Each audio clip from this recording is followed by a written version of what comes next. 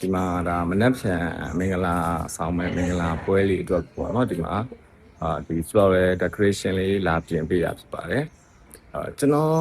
ကဓာတ်ပုံတစ်မျိုးလေးရိုက်တာတော့မဟုတ်ပါဘူးဒီလိုမျိုးဒီ wedding floral decoration တွေကိုလည်းဒါကျွန်တော်တို့ service ပေးရပါတော့အမှန်ဆိုရင်တော့အဲ့လိုရပါတယ်